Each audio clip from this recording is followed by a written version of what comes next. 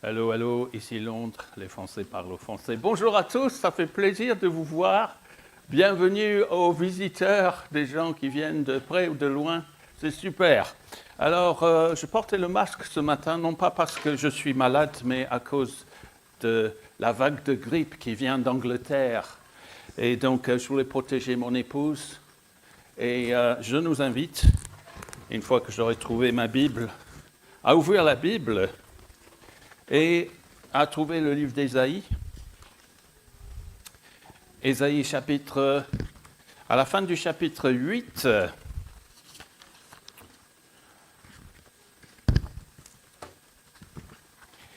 Ésaïe 8, à partir du verset 23.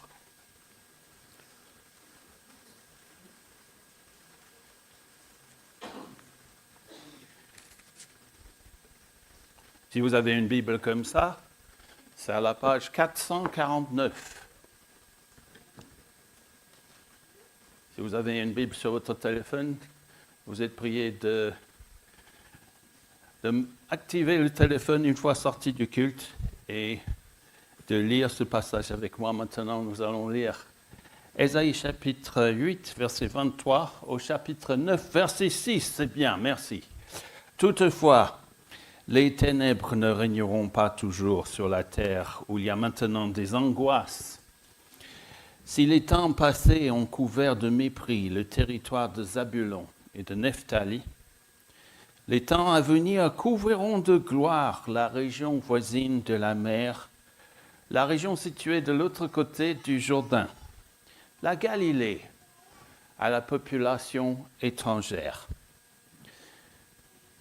Le peuple qui marchait dans les ténèbres a vu une grande lumière. Sur ceux qui habitaient le pays de l'ombre de la mort, une lumière a brillé. Tu rends la nation nombreuse. Tu augmentes sa joie. Elle se réjouit devant toi comme on le fait lors de la moisson, comme on jubile au partage du butin. En effet, le fardeau qui pesait sur elle, le gourdin qui frappait son dos, le bâton de celui qui l'opprimait, tu les brises, comme tu l'as fait lors de la victoire sur Madian.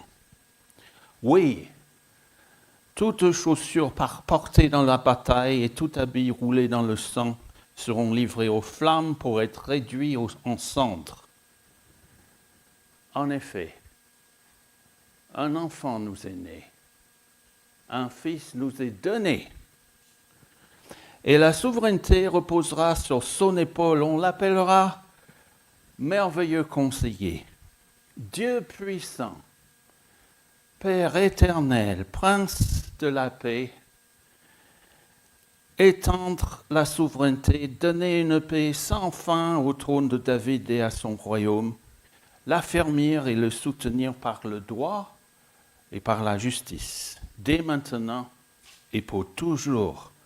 Voilà ce que fera le zèle de l'Éternel, le Maître de l'univers. Seigneur, je te prie de nous faire entendre ta voix à travers ce passage ce matin. Au nom de Jésus. Amen. Alors ce matin, j'ai reçu un message de Noël pour nous, de la part d'Ésaïe. Et nous allons voir d'abord notre besoin de ce message de Noël et ensuite la différence qu'il peut faire dans nos vies aujourd'hui. Ésaïe parle d'angoisse qui pèse sur la terre, des peurs bien réelles à l'aube de 2026. L'éco-anxiété, bon, il ne parle pas de ça, mais l'endettement public mondial, la crainte d'un conflit généralisé, ces inquiétudes modernes résonnent avec l'angoisse d'Israël d'alors ou du petit pays du reste après la scission. Dans le contexte d'Ésaïe, le peuple marche dans les ténèbres. Le pays est menacé par des royaumes plus puissants, la Syrie et l'Assyrie, et subi des violences venant des Philistins et des Édomites. Il y a des réfugiés, il faut gérer ces peuples migratoires parce qu'ils sont pris au piège du chaos de l'époque. Et le roi et les dirigeants ne placent pas leur confiance en Dieu. Ésaïe écrit vers 725 avant Jésus-Christ, et pourtant on pourrait croire qu'il décrit notre époque. Voici son message de Noël. Le prophète annonce une lumière qui brille dans les ténèbres, dans les moments les plus sombres. Il affirme qu'un enfant nous est né et que la souveraineté reposera sur son épaule. Cette image montre que l'espoir ne dépend pas de la puissance humaine. L'homme est bien trop petit pour porter seul le monde sur ses épaules. Personne ne sait vraiment comment guérir le mal et la souffrance. Or, ce dont nous avons besoin aujourd'hui, plus que jamais, c'est de quelqu'un qui prenne ce fardeau qui pèse, qui regarde nos multiples problèmes et qui les assume à notre place. Le passage parle d'un merveilleux conseiller, non seulement pour les chefs d'État, mais pour chacun d'entre nous. Le monde entier marche dans les ténèbres, selon la Bible, selon Ésaïe. Nous ne pouvons trouver notre chemin sans Jésus. La lumière a brillé quand cet enfant est né. Sans elle, nous sommes spirituellement aveugles. Nous avons besoin de cette grande lumière. La fin du chapitre précédent explique pourquoi. Ésaïe 8, au verset 19 et 20, il est question de gens qui consultent ceux qui évoquent les esprits, qui prédisent l'avenir, qui chuchotent et marmottent au lieu de consulter Dieu. Et le chapitre se termine: désespérés, affamés, ils ne verront que détresse, ténèbres et effroi. Versets 21 et 22. Aujourd'hui, comme alors, beaucoup se tournent vers la terre et les solutions terrestres, les experts, les autorités, la technologie, et ils se disent: la crise est grave, mais nous pouvons nous en sortir par notre intelligence, nos solutions. Comptons sur nos ressources pour dissiper les ténèbres.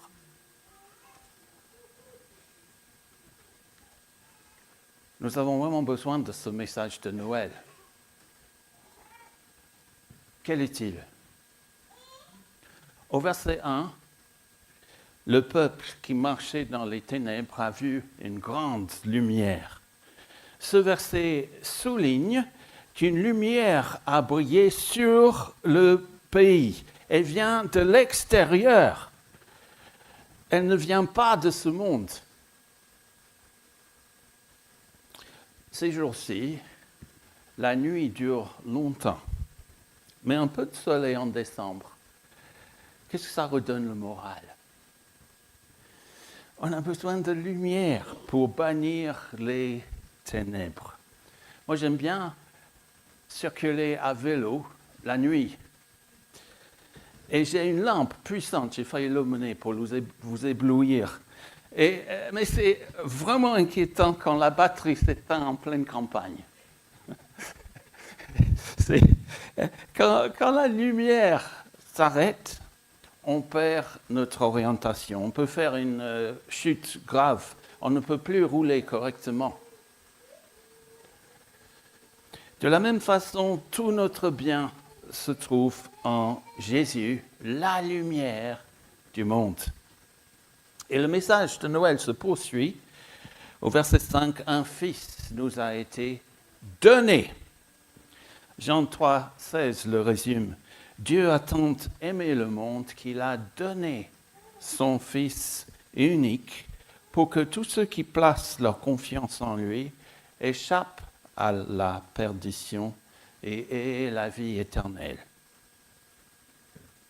Le vrai cadeau de Noël, c'est Jésus qui s'est donné entièrement pour nous.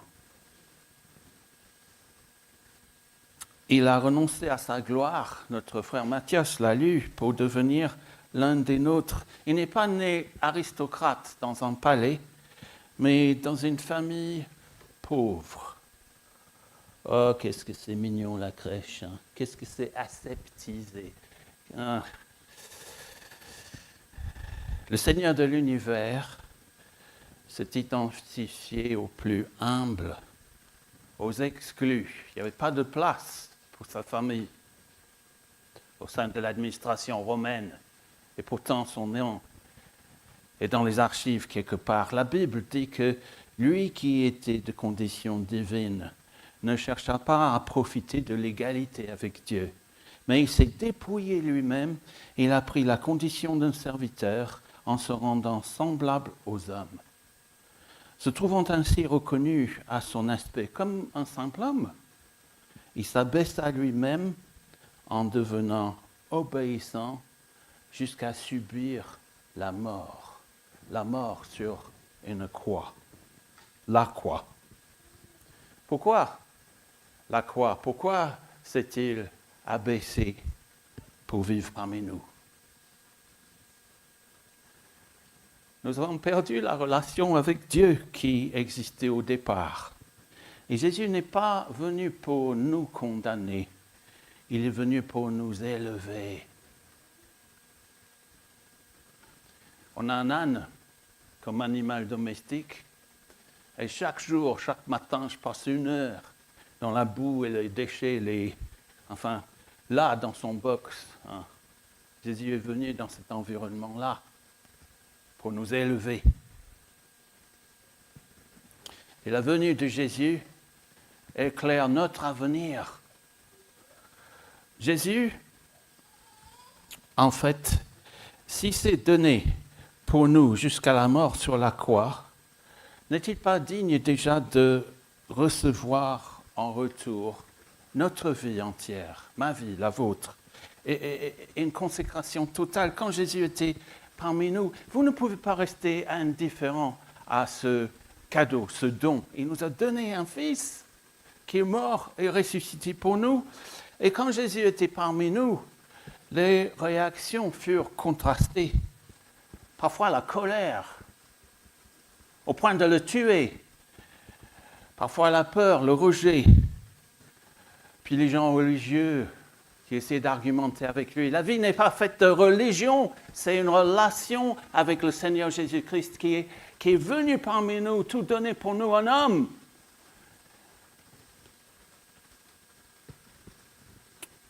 Accueillir ce don implique une réponse de consécration totale de notre part. Et je venais de dire que la venue de Jésus éclaire l'avenir. Cette région de Galilée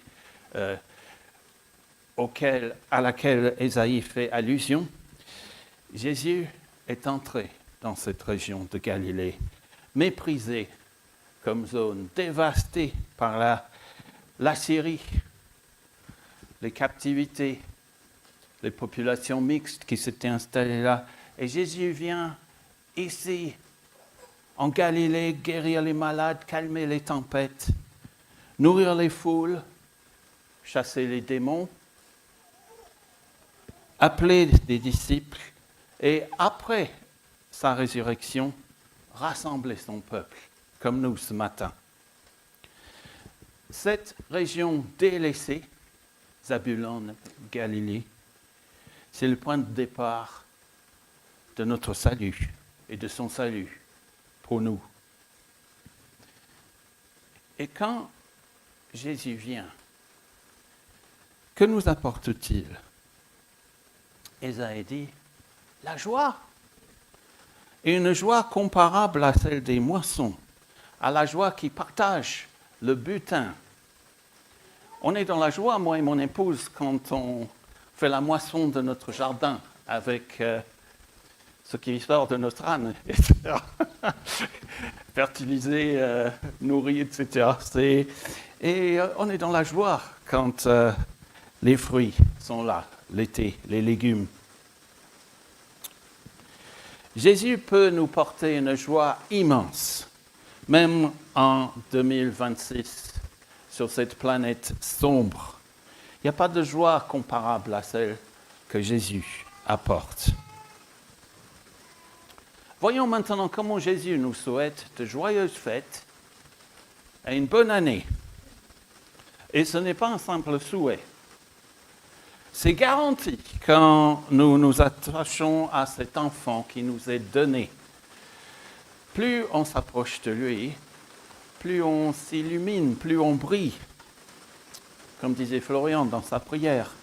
Alors comment Jésus mettra-t-il fin aux ténèbres, aux angoisses, aux pluies diluviennes, loin d'un bébé inoffensif? Ésaïe parle d'un roi. Il a un message politique dans ces versets. La souveraineté reposera sur son épaule, verset 5. Il mettra fin à l'oppression, verset 3. Au lieu de la guerre, il donnera une paix sans fin, verset 6. Son royaume sera fondé sur le droit et la justice, verset 6. Nous avons des profs de droit et des juristes ici. On est d'accord. Jésus promet un ordre radicalement différent. Allègement des fardeaux humains. Venez à moi, vous tous qui êtes fatigués, chargés. Je vous donnerai du repos. La fin du sentiment d'insécurité. Disparition progressive des menaces qui pèsent sur nous. Non par promesse instantanée de solutions politiques, mais par l'établissement d'un règne de justice et de paix. Jésus nous apprend à prier, notre Dieu, que ton règne vienne, que ta volonté soit faite, ici, maintenant, sur la terre, comme au ciel. Matthieu 6, verset 10. Et lors de sa venue, Jésus a montré un avant-goût, un apéritif, si vous voulez, si vous préparez. On m'a dit, pour les repas des fêtes, on va prendre du foie gras en apéro et tout ça, c'est bien. Mais Jésus nous donne un avant-goût encore super du monde à venir quand il était là. Il calma les mers, il guérit les malades, il vainquit la mort. Il vivait la justice et le droit et la droiture promise par Ésaïe. Il nourrissait les pauvres, dénonçait l'hypocrisie, accueillait les enfants. C'est bien, vous accueillez les enfants. Il traitait les marginalisés avec dignité. Et il touchait les lépreux. Là, je suis un peu lâche, j'avais porté le masque ce matin à cause de la grippe. Mais mon épouse a besoin de protection. Voilà donc notre roi qui viendra et reviendra établir son règne. Et déjà, aujourd'hui, le 21 décembre, Jésus vient auprès de ceux qui l'accueillent. Ésaïe énumère ses qualités au verset 5. Merveilleux conseiller, Dieu puissant, Père éternel, Prince de la paix. Voyons-les brièvement. Merveilleux conseiller.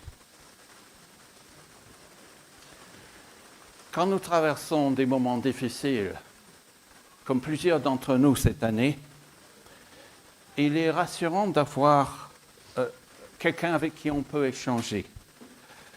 Quelqu'un qui a vécu une expérience semblable. Moi, j'ai été très reconnaissant d'avoir pu échanger avec quelques personnes dans l'Église cette année qui ont prié pour nous et qui nous ont conseillés et accompagnés. On a besoin de la vie de l'Église, les amis. Jésus a connu les petits tracas de la vie familiale, les tensions au sein des familles, la nécessité de serrer la ceinture à cause du coût de la vie, l'incertitude quant au chantier de travail, la pénibilité de bosser sous un soleil de plomb, d'atroces douleurs physiques et mentales, et puis l'abîme quand Dieu l'abandonne sous le poids de nos péchés. Quand je marche dans la vallée de l'ombre de la mort, je ne crains aucun mal car tu es avec moi. Parle avec lui. Il comprend, c'est un merveilleux conseiller. Dieu puissant. Il a vaincu la mort après avoir surmonté les ténèbres et les angoisses que nous pouvons vivre. Si bien qu'au verset 6, on l'appellera Dieu puissant, car l'Éternel, Yahvé lui-même en la personne de Jésus, est venu s'impliquer dans notre quotidien. Ésaïe avait déjà dit que cet enfant s'appellerait Emmanuel, ce qui signifie Dieu avec nous. Ésaïe 7, 14, Matthieu 1, verset 23. Dieu puissant avec nous. Père éternel au verset 6. Et ce titre renvoie au début du livre d'Ésaïe lorsque Dieu dit, c'est un peu comme le psaume de Cédric d'ailleurs, de David. Hein. Vous, les cieux, écoutez. Toi, terre, tends l'oreille. C'est l'Éternel qui parle. J'ai élevé des enfants. J'ai pris soin d'eux, mais ils se sont révoltés contre moi. Ésaïe 1, verset 2. Dieu a été un père pour son peuple. Comme un père. Il l'a créé. C'est dans le psaume aussi. Il l'a élevé, il l'a protégé. À travers le désert, il l'a conduit vers ce pays, ruisselant de lait et de miel, un beau pays, il leur avait donné. Mais ils s'étaient révoltés contre lui. Ils se sont détournés vers d'autres dieux, d'autres solutions. L'armée, l'occultisme, les richesses. Nous sommes aussi les créatures de Dieu, mais nous sommes par nature en révolte contre lui. Cet enfant est venu nous réconcilier avec le Père. Voilà ce que dit l'apôtre Paul, puisqu'il nous a aimés. Il nous a destinés d'avance à être ses enfants qu'il voulait adopter par Jésus-Christ. Voilà ce que, dans sa bonté, il a voulu pour nous, afin que nous célébrions la gloire de sa grâce qu'il nous a accordée en son Fils bien-aimé. Mes chers amis, en fait, la venue de Jésus, c'est un cadeau qui nous montre la bienveillance de Dieu envers l'humanité. Il faisait une nuit noire, les bergers au fond de l'échelle sociale, ils veillent sur leurs troupeaux, et soudain, une lumière brille dans le ciel. Gloire à Dieu dans les lieux célestes, et paix sur la terre parmi les hommes qui l'agréent. Sa bienveillance envers l'humanité, c'est ce don de Jésus, cet enfant. Et pour finir, Ésaïe affirme que cet enfant vient résoudre les problèmes que l'homme n'a jamais pu éradiquer totalement.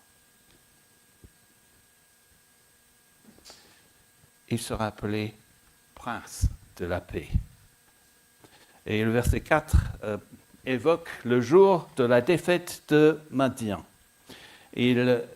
Donc Ésaïe rappelle l'époque où Gédéon, un juge, avant l'époque des rois, il a vaincu les ennemis du peuple de Dieu avec des armées énormes avec seulement 300 hommes, dans Juge chapitre 7.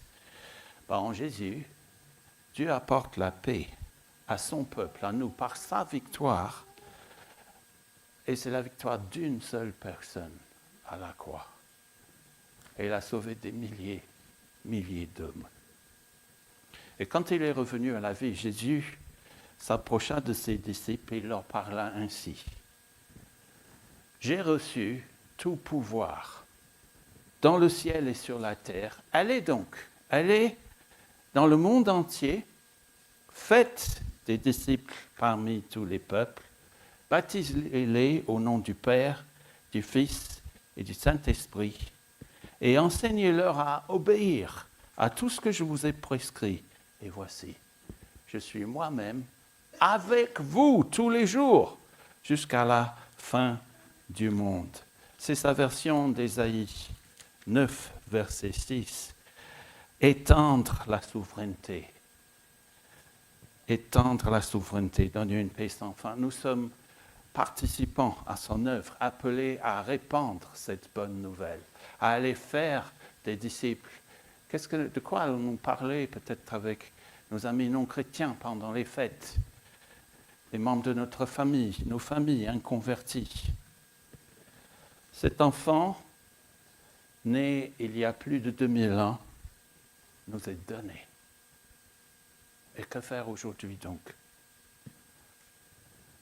Acceptons ce don, ce cadeau de Dieu, et tout ce que ce don implique, consécration totale. Répandre cette bonne nouvelle, ce serait merveilleux comme cadeau pour ceux qui vont se perdre. Sur la terre, il y a maintenant des angoisses. Les réseaux sociaux propagent des théories du complot, demi-vérité, fausses informations, ce qu'on appelle fake news. Mais Ésaïe dit, au chapitre 8, je crois que c'est au verset 19, 20, 21, « N'appelez pas conspiration tout ce que ce peuple appelle conspiration. N'ayez d'eux aucune crainte et ne soyez pas troublés. » Jésus est venu donner une paix sans fin, selon le verset 6 de ce matin. Alors, ne vous inquiétez de rien, mais en toute chose, faites connaître vos besoins à Dieu par des prières, des supplications, dans une attitude de reconnaissance. Et la paix de Dieu, qui surpasse toute connaissance, tout ce que l'on peut comprendre, gardera votre cœur et vos pensées en Jésus-Christ. Joyeuses fêtes, bonne année 2026, au nom de Jésus. Amen.